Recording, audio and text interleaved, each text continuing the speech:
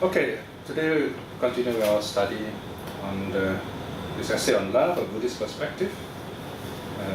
We are on page 90 of SD 38.4. And so far we've talked about love as an emotion, and there's a very important aspect of human behavior. We talk about the family and so on.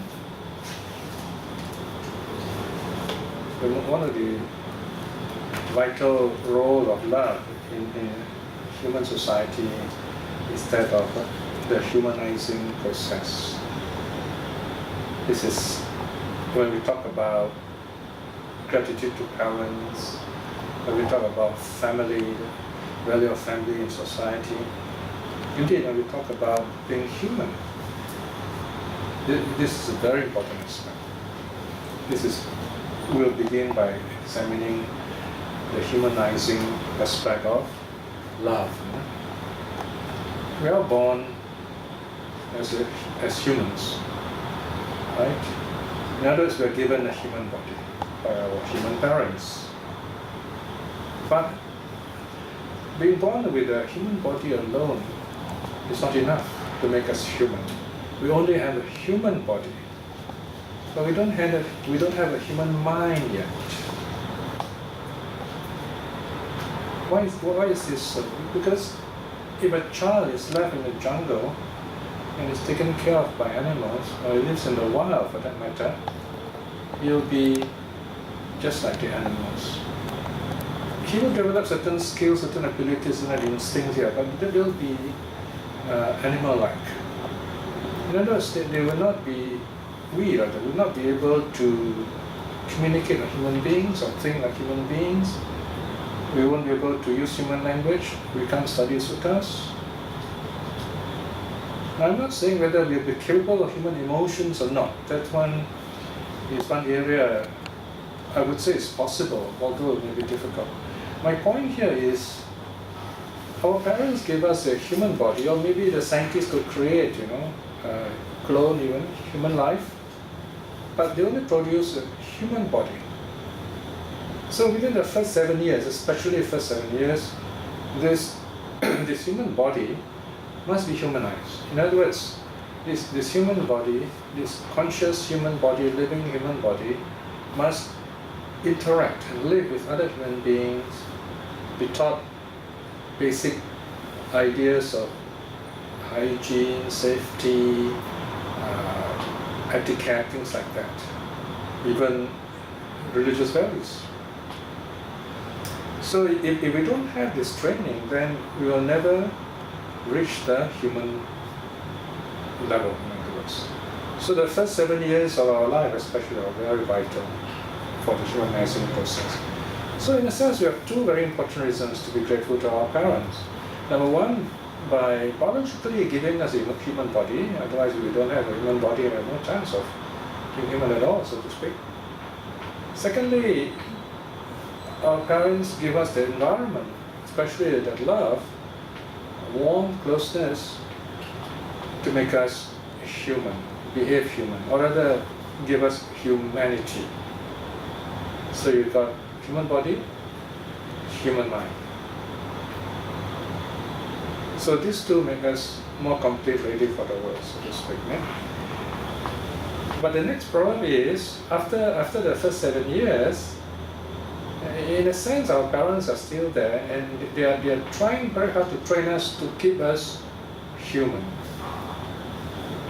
Any good religion would do the same to us. Especially, for example, in Buddhism, we talk about 5 precepts.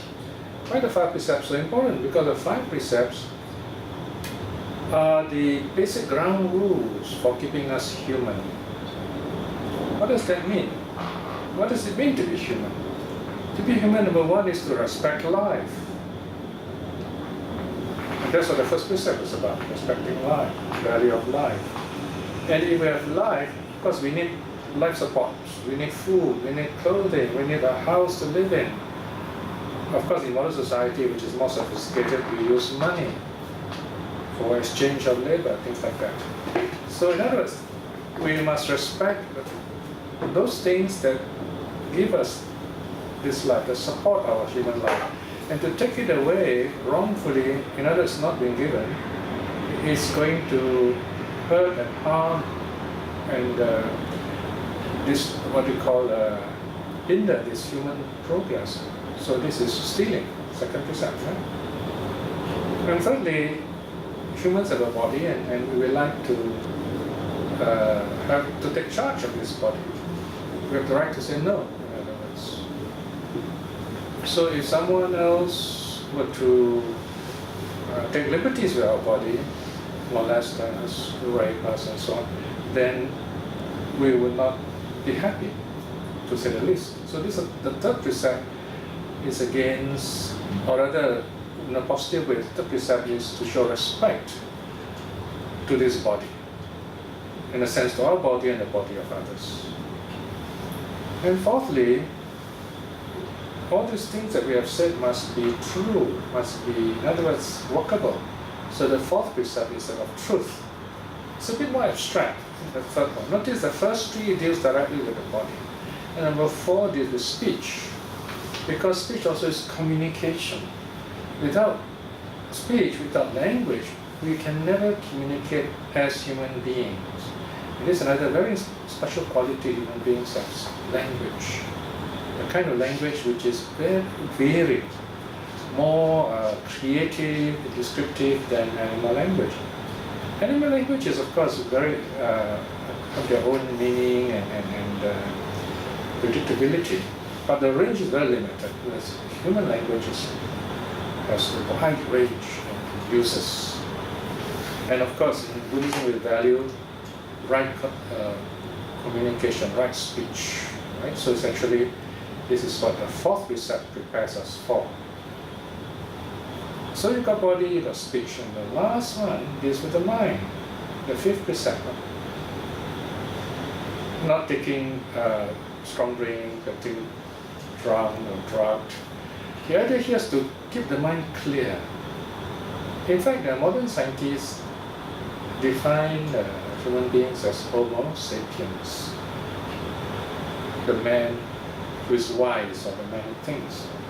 So in other words, this is a thinking process that makes us human also, or even more than human. So you can see the five precepts are systematically, very closely, keep us human, train our body, clarify our speech, and then focus the mind, body, speech, and mind. The three trainings of Buddhism.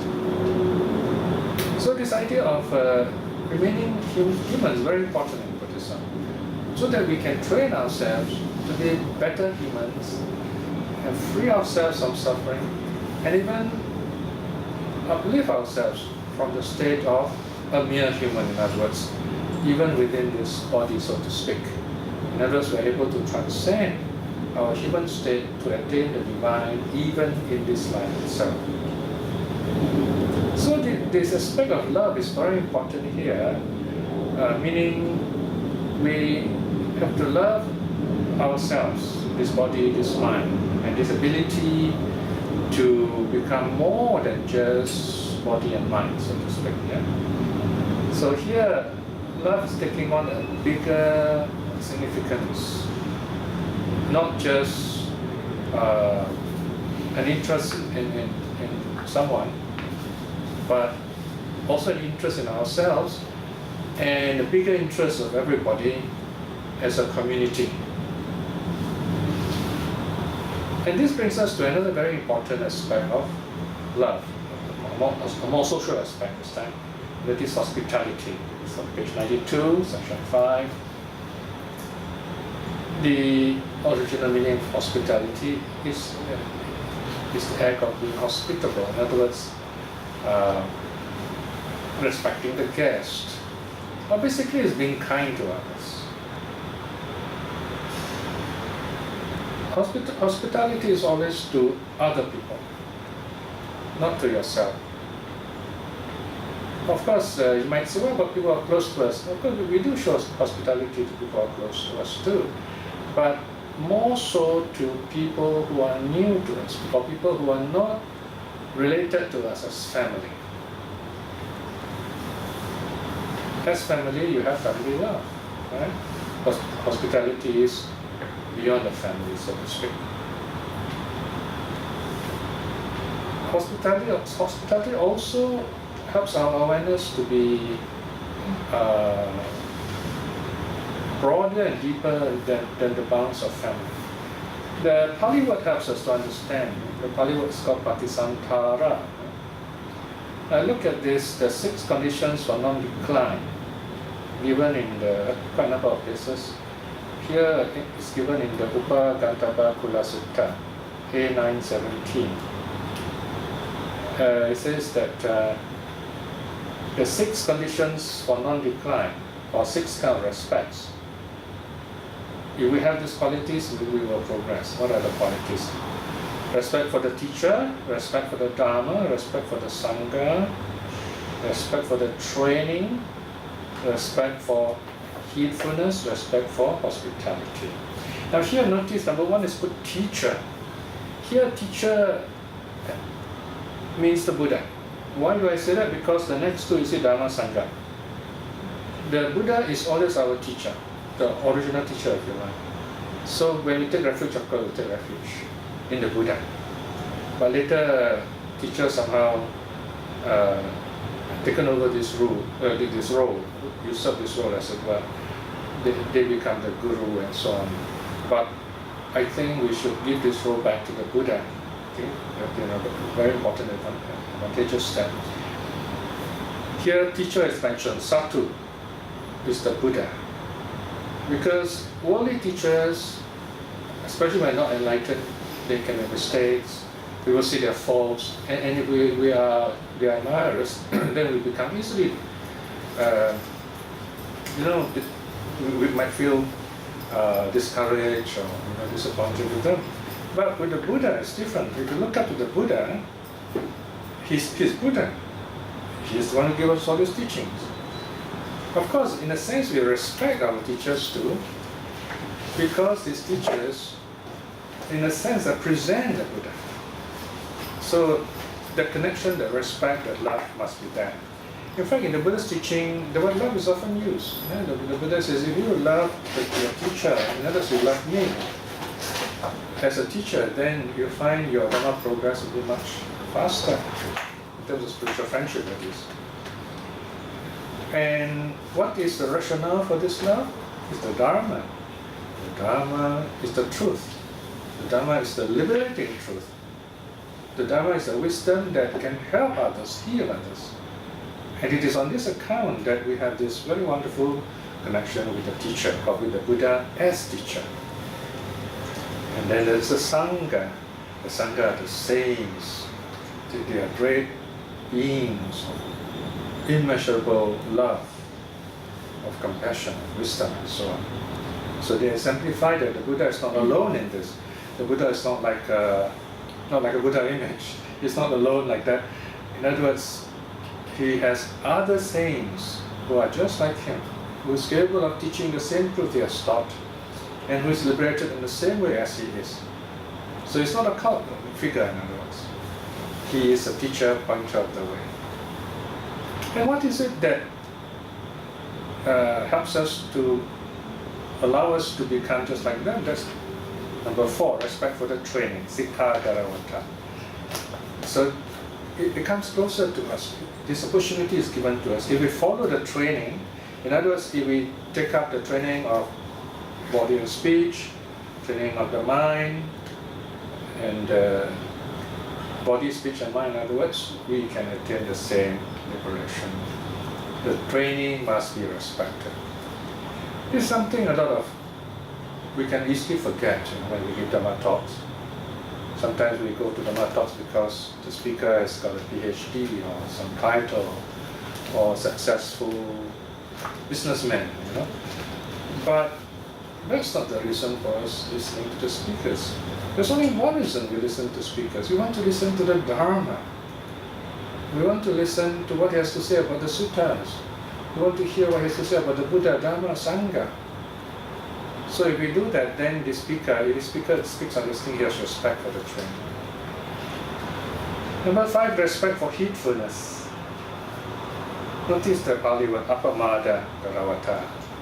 Apamada means non-drunkenness, something like the literal translation.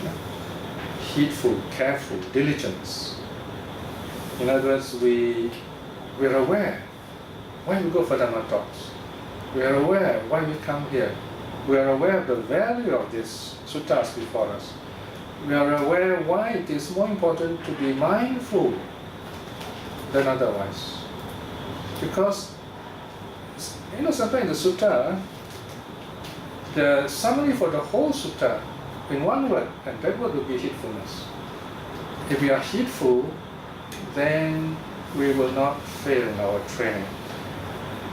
Otherwise, you can see in Dhammapada, first book, heedfulness is the way of death. I think you hear that, isn't it? So heedfulness here means the mind is clear, the mind is watchful.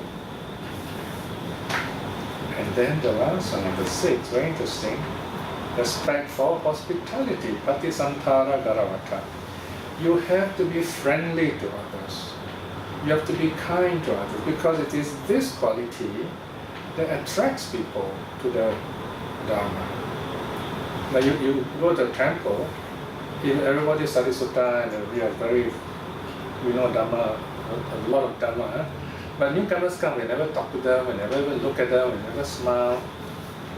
People feel lost. But these people come for the first time, they don't know suttas, So they want to feel welcome. Some of the temples, I went to one very big temple, famous for meditation. I wanted to get one of these free Abhidhamma book. First of all, I had to find out who's in charge, and nobody seems to know where he is. And then finally I found him, and then I asked him, can I have a copy of this book?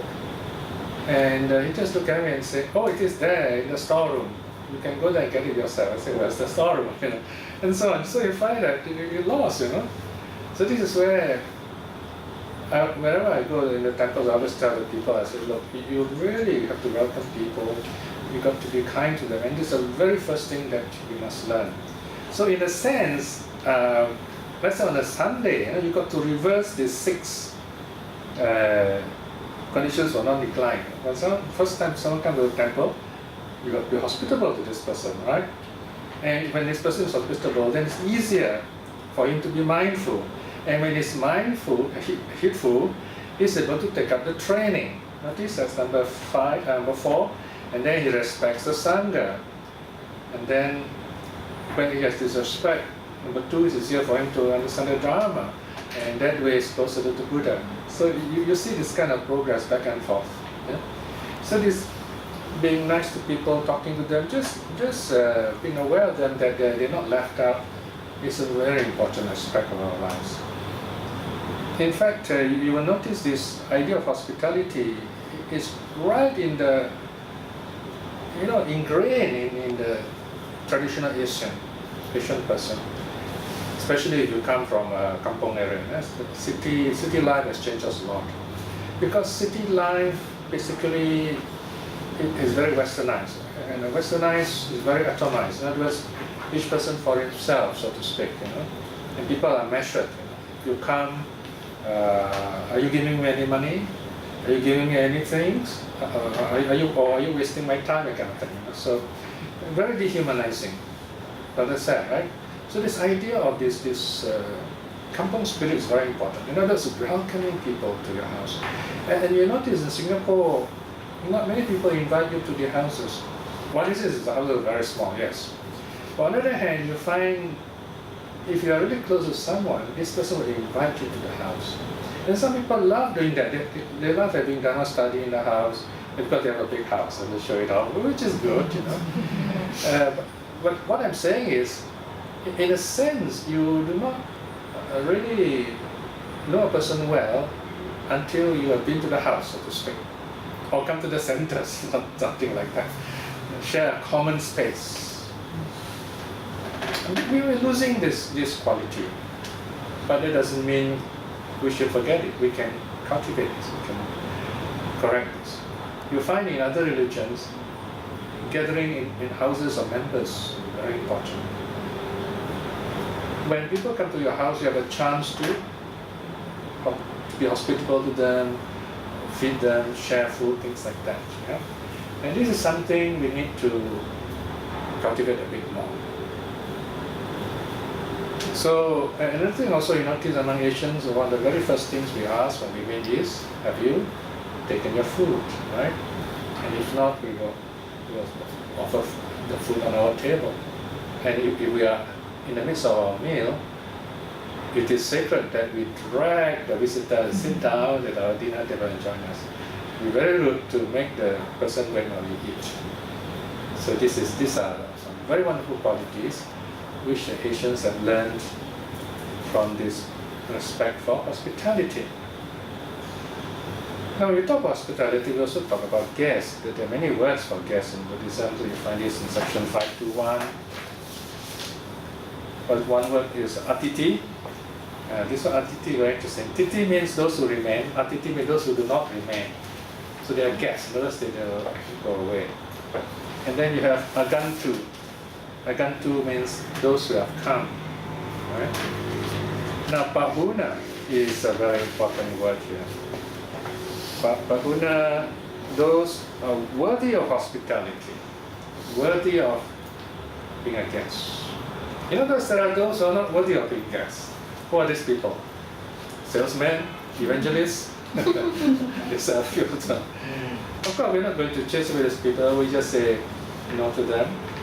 Or take this as a wonderful opportunity, to give them Dhamma books. For example, anyone who can speak English come to our house, we give them Dhamma books. But there's a wonderful ripening of karma. Don't be shy. Buddhists are very shy. They start wondering, is it okay I give Dhamma book or not? We are going to change people's lives. So by all means do it, but it's okay to give other books or other religions. It's very strange. And their behavior is wrong. You are a Buddhist, you should be eager, happy to spread Buddhism. For example, once, I met this Muslim speaker. At the end of the talk, she said, "May I present to you this book? It's a Quran, I was quite surprised for one thing, because I thought all the while, they don't allow non-Muslims to even touch the Quran, But this lady said that this was an English translation. So she said, it's okay, you can touch it. So it's educating me that although I cannot hold this Muslim Quran in Arabic, but it's okay in English. And that's an interesting thing I've learned. And what I admire her, I said, wow, I was a monk then, and she was kind of courageous enough to that to me. She was the only woman in America who did that. So what I'm saying is, if you can do that to other people, you may change their lives. Sometimes one little act can just turn people's life away from suffering. And that is very wonderful, But our sheepishness, our fear and plain stupidity, I must say, can make other people suffer more. We could have changed lives, but we didn't take the opportunity. That's the other side. Okay? So remember, when guests come to you, there is also a ripening of good karma. So use the opportunity to help them. And what do we do with guests? We offer them food, refreshments, comfort. We try to make them feel happy and wise. So these are different aspects we offer to them. This is on page 94, 522. And now what's interesting here is there is even a sutta here called the Usura Bhatta Sutta, A5.288, clearly states that guests worthy of hospitality should be honored in a timely way. Timely way means what? In other words, they should not be kept waiting or wanting. So, and you find in ancient India that the host will rise early in the morning to prepare for the meals, before daybreak usually. Conversely, when people are kind to us as our hosts, then we have to return the compliment. The Vasala Sutta is quite strong on this. This is on page 94, 94 in the middle. Vasala Sutta says, who having gone to another family and tasted good food, returns not the honor, know him as an outcast. SN 128. Who, when it is mealtime, annoys with talk and gives not, know him as an outcast. SN 130. And sometimes they talk, but never eat, no food, So your poor stomach is growling and so on. Right? So this idea of being aware of the guest is very important. Kind of the guest is very important. You notice even as you study this, how much of this wonderful quality, this human aspect of Buddhism is missing from the Buddhists today. We've become so modernized, so professionalized, so executivized, or whatever you call it. They were forgetting this basic human friendliness quality. We should bring all this back, as the Buddha has taught us. These are all aspects of love, of showing people we accept them. Love means accepting people as they are in this context. And an important aspect of hospitality is greeting, mutual greeting. This is very important. It's on page 94 still, section 5.3. Mutual greeting. You notice Buddhists, whenever we meet, we put our palms together. Okay? This is a universal Asian way of greeting actually. But somehow, Singapore, even the Buddhists, you find they're very status conscious. To such an extent that the feeling you get is you only put your palms to monks and high-ranking Buddhists, as if there are such things, high-ranking Buddhists. Buddhist saints, yes, but I'm not sure how you define high-ranking Buddhists. Perhaps they mean rich Buddhists, powerful Buddhists, politicians maybe. So you only put your palms together. It's rather strange, Imagine you go to a temple, you say hello to people, your palms together, and everyone just look at you that they are seeing a ghost. Something wrong here, emotionally, psychologically, socially. Right? And yet you see the Thais. When they meet each other, they put their palms together and they greet each other happily. And it's really wonderful. It shows they have culture. And you see this in the older communities in Indonesia, Myanmar, in the Thailand, in Sri Lanka. They put their palms together. And that's a wonderful way of acknowledging each other's humanity. And again, when we put our palms together, it doesn't mean junior to senior, not necessary. And you go to some temple, you find even the monks put their palms together to you. And they are the ones who put their palms together to you first. The nuns also do that. The reason is when they put the palms together, they bow to you, they are bowing to your ability to awaken, your chance to be free from suffering. You're bowing to that.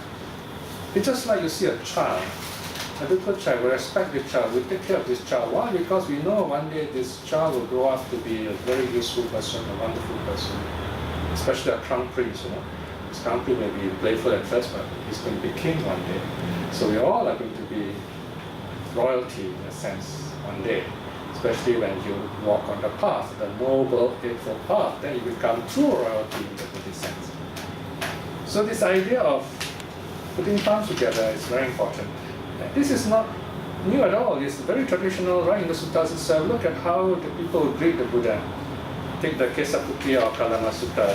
We have many such passages. It's a stock passage. Bottom of page 94. Then the Kalamas of Kesaputta approached the Blessed One. Some greeted him with lotus palms. Some exchanged greetings and cordial talk with him. Some announced their names and clan before the Blessed One, and then sat down at one side. Some kept silent and sat down at one side. There are a few people who are like that. So probably they have to come right along, they have to come along. So we just put our palms together, that's one way. Or we can go up to the teacher and introduce your family. And then sit down at one side, so to speak. Then there's the culture of asking after others. How are you? How are you getting on? And in other words, this is really being aware of this other person. And the Buddha often does that. Words Buddha used for visiting monks, he would say things like, I hope you find it bearable, I hope you can keep going, I hope you have no trouble with alms food. Right? So in other words, opening friendliness, and then only they go into Dhamma talk, if you like. Even with other people who are not Buddhists, that come to see the Buddha, they have cordial, simple greetings first, and then they get down to business, so to speak. In fact, the Buddha is very renowned for his friendliness, even by the non-Buddhists of India. Take for example, look at section 5313. The Kuttadanta Sutta. In the Kuttadanta Sutta, Kuttadanta himself praises the Buddha. In fact, there are only two places that this praise is mentioned. One is spoken by Kuttadanta and the other is found in the Sonadanta Sutta.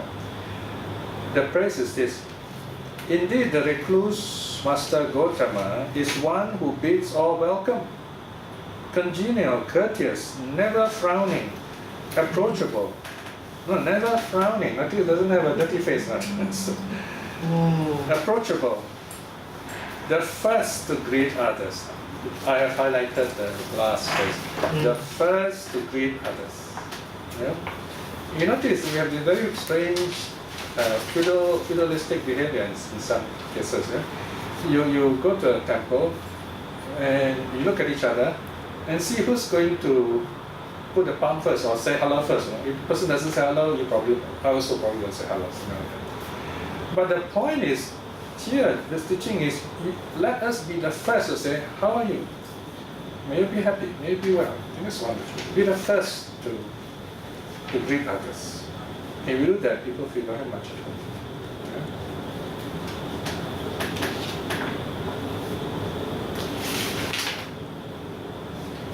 Even in dialogues, you find especially the first Nikaya, the Digha Nikaya, in every dialogue you find the people who come to challenge the Buddha, they will first greet the Buddha, they will have some cordial talk, and then only they start debating. Right? So this is the norm, in other words. Throughout India, ancient India, they have this kind of respect for learning, for teachers. Of course, there are those who do not have this quality. There is a sutta here, Paribhasaka Dhammika Sutta.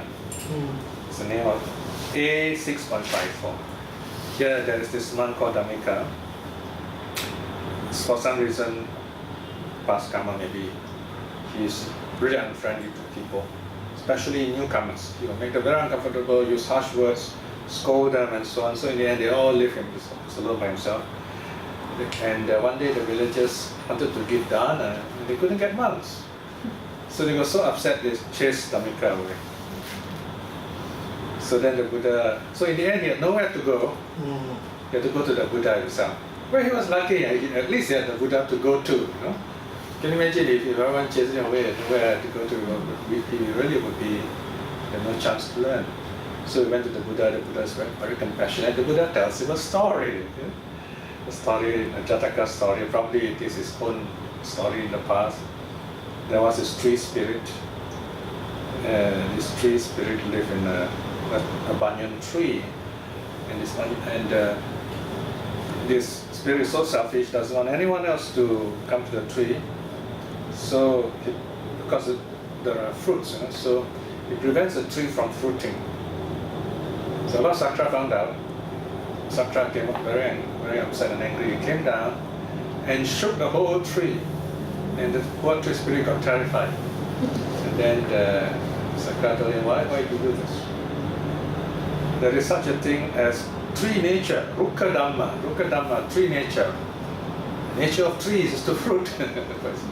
So why do you prevent the tree from fruiting? So he learned a lesson on that. So in other words, we just have to be friendly with people, simple as that. Friendly in a Dhamma-based way. not friendly for the sake of gain, not friendly out of stupidity, not friendly simply, you're cunning and so on, not like that. Yeah? In the Dharma, very important. Not friendly in terms of status is another common thing in Singapore. Buddhism is becoming very status conscious. I hope this trend will slow down and the new generation will correct this. So this respecting one another simply because they come to you for the Dharma is very important. Not because of the happy comes and so you treat him special and someone who is in trouble, you neglect him. It's a sacred place of the Dharma. Everyone is welcome, everyone should be treated according to their needs. And you find the monks exemplify this idea in a very important way.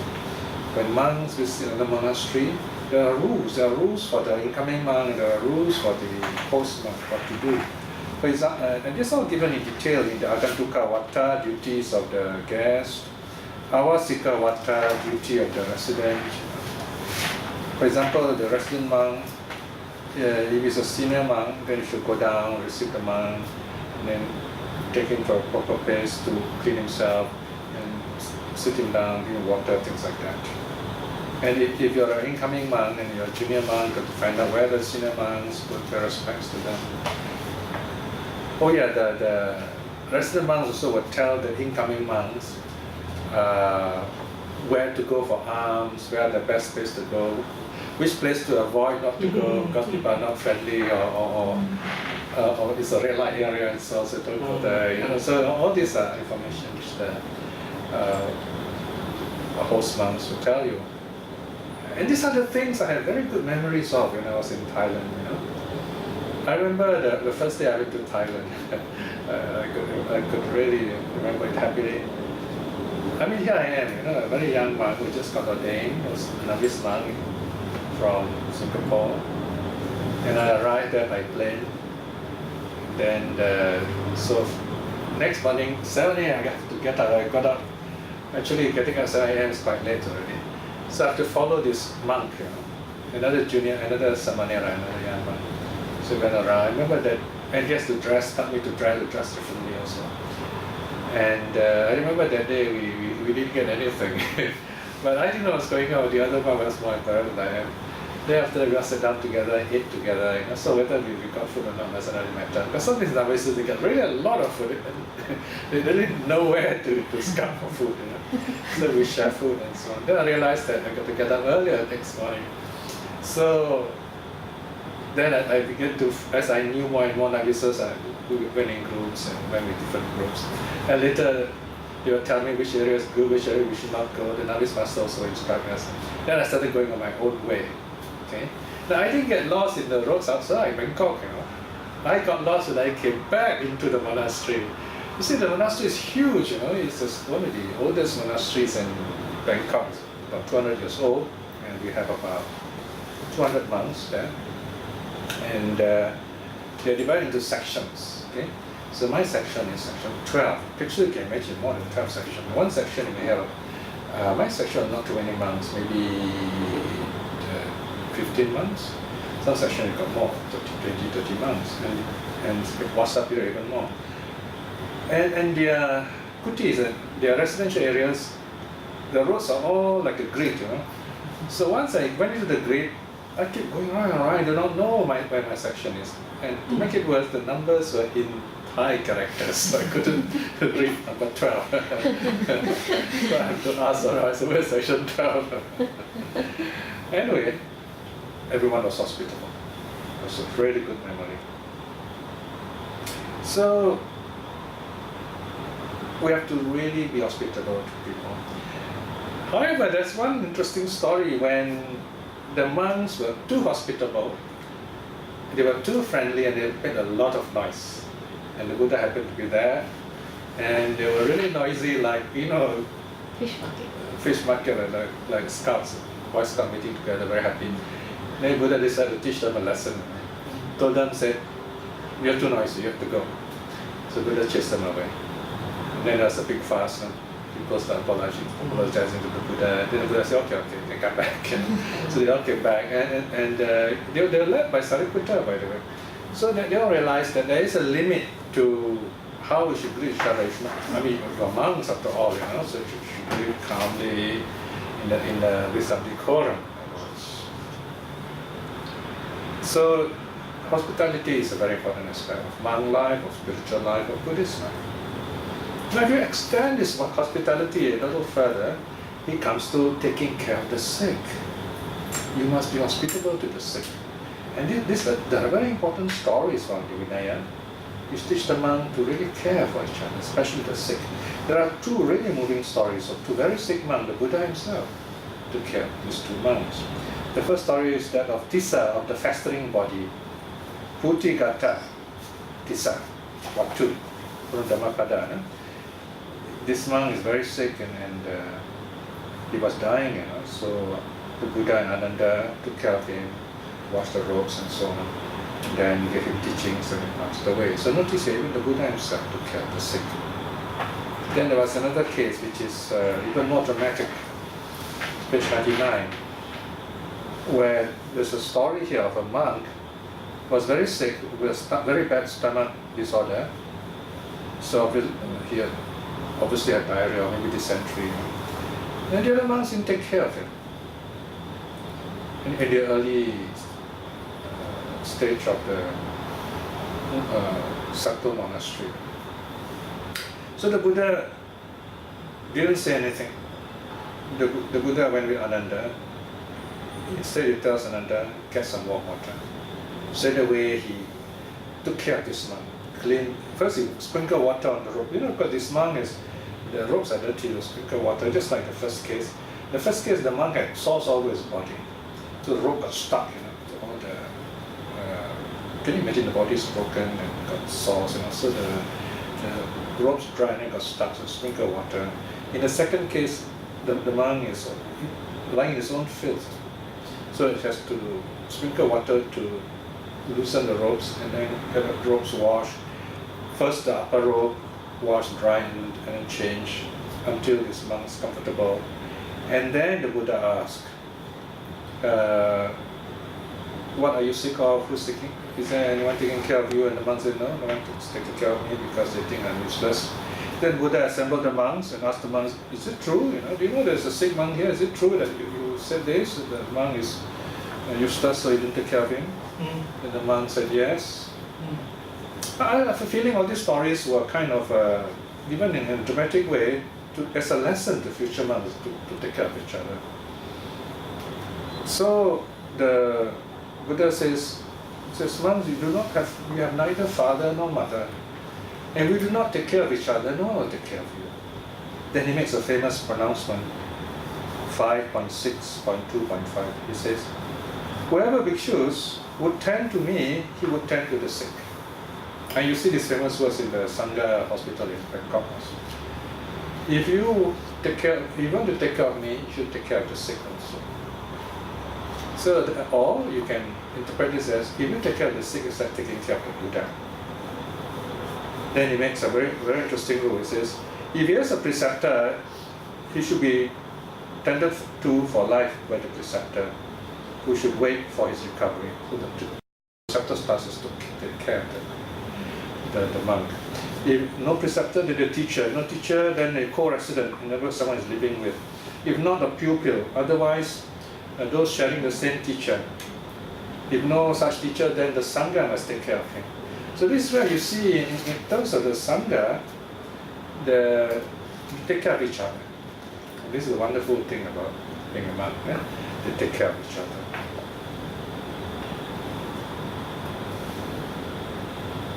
I remember when I was in Australia, living with this community of monks, there was an Anagarika. He fetched me from the airport and then he was sending me back. He told me on my trip back, he says he has to get a kind of a special device, but there is a monk there who is very allergic to pollen. He's allergic to any kind of what we call these particles in the air. And there's one shop there in Perth which sells this device for 200 Australian dollars. So the Sangha, the monastery pays for all this for the money. So they really take care of each other, and it's wonderful. So that in other words, there is this compassion for each other, take care of each other. And this should be the case for lay people also. It would be wonderful if we take care of each other this way. And coming back to this idea of being hospitable to the host, where people are not that sick, or in a sense that the sickness is more universal than the kind of sickness that you and I often think of. This universal sickness is called hunger. This is where there's a famous story in the Dhammapada, chapter 15.5, where the Buddha talks of Dhammapada verse 203. There's this man, he's a cowherd, and in the morning his cow was lost. So he had to look around the forest where this particular cow is, probably his favorite cow. He wanted to go and visit the Buddha, but he had to look for his cow, the cow so precious to him.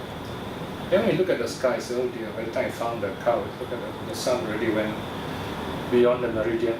In other words, past noon. So he said, oh, the Buddha already finished his meal, probably already given Dhamma talk already.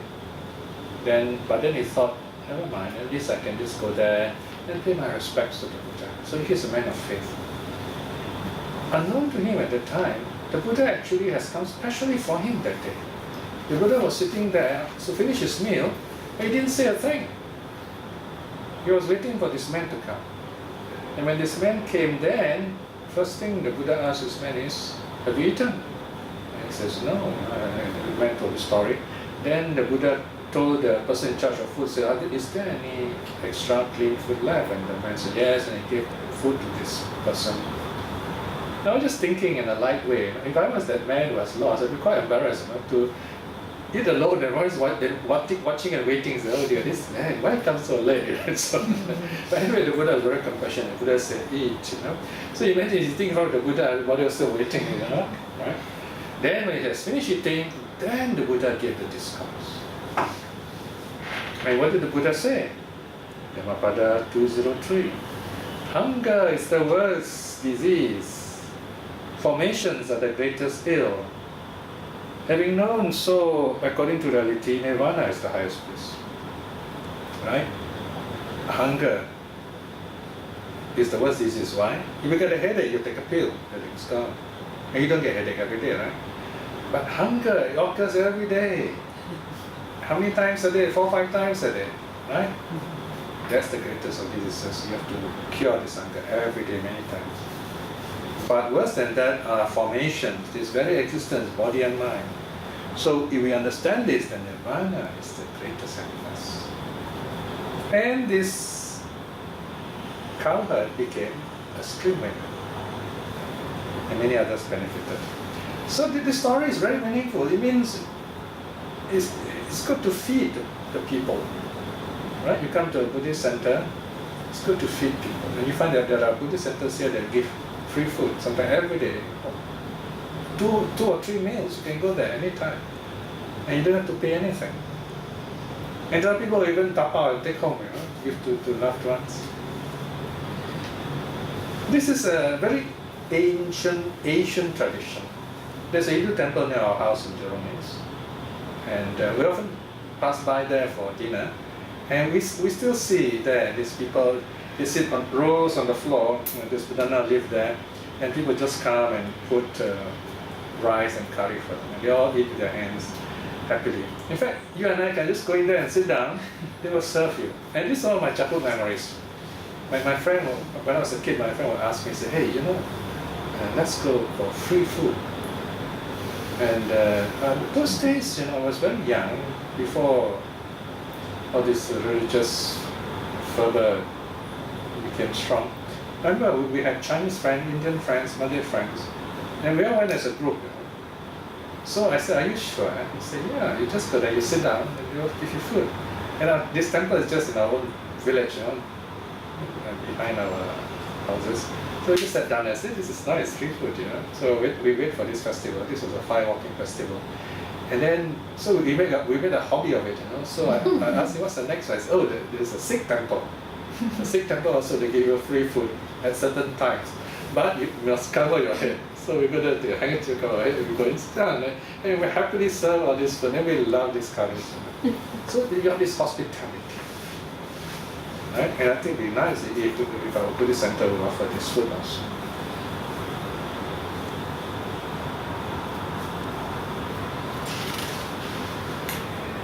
Now, of course, when we talk about food, it's not just food that we eat, solid food.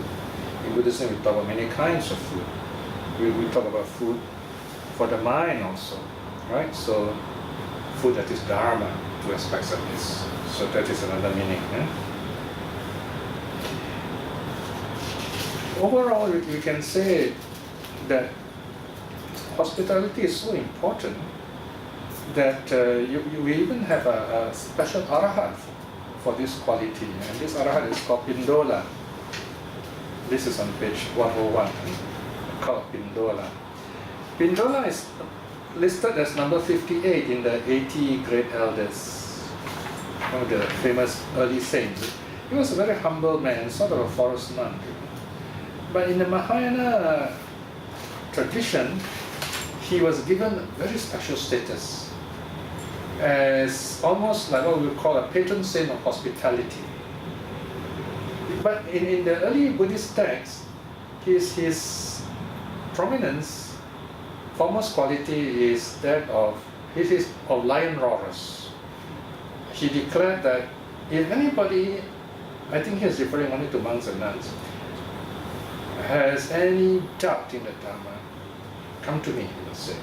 I will clear your doubt for you. He's famous for that.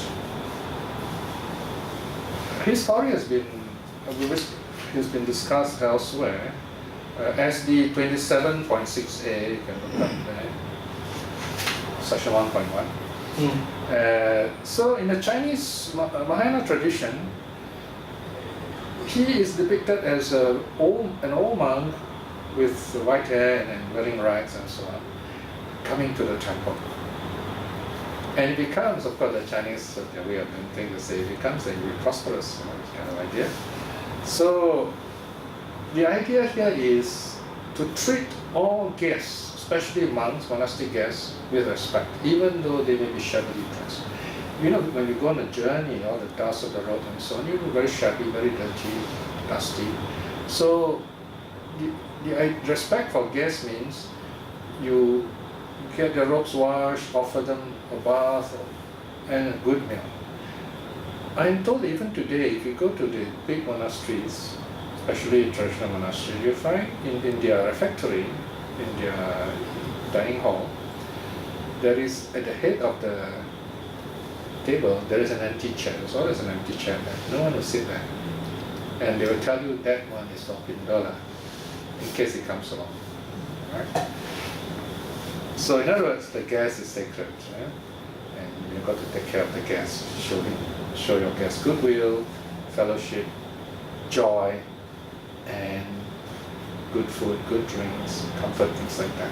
And it's a very important aspect. Now let's see, let's check the time of it. 2, 4, 6, 8.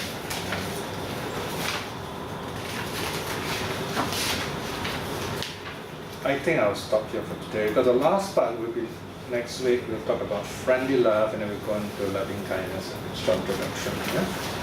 So any questions or any comments? So we're stopping on page 102, okay? That most of it, so we'll do the last part, section 4, right? Part 4 of 4. Next week, friendly love, loving kindness. Okay, now then we'll close with a short reflection. In today's study, we're reminded of hospitality. Hospitality is a kind of social love, social expression of love, of accepting others as they are when they come to us, visit our houses, especially when we know them, especially if they are practicing Buddhists. We should show them every kindness that we can. If they're not Buddhists, then we should, without discomforting them in any way, introduce them to the Dharma, giving them books, teachings even. If not, by our own happy behavior, joyful behavior, so that they see that as a Buddhist characteristic. Reflecting in this way is very good karma. By the power of this good karma, may our minds quickly focus, even in this life itself, we be happy and awakened. In other words, by the power of all this good karma, may in this life itself we attain spiritual awakening, especially streaming. In this moment of peace, let us send our loving kindness to all our loved ones. May they be well, may they be happy. And to those who are less fortunate, may they be uplifted from their sufferings. And to those whom the Dhamma have not touched, or who are uncertain of the Dhamma, may the Dhamma be clear to them. May they meet good and kind teachers. May we send our loving kindness even to our pets and animals, that they too be well and happy. May all beings be well and happy. Sadhu, sadhu, sadhu.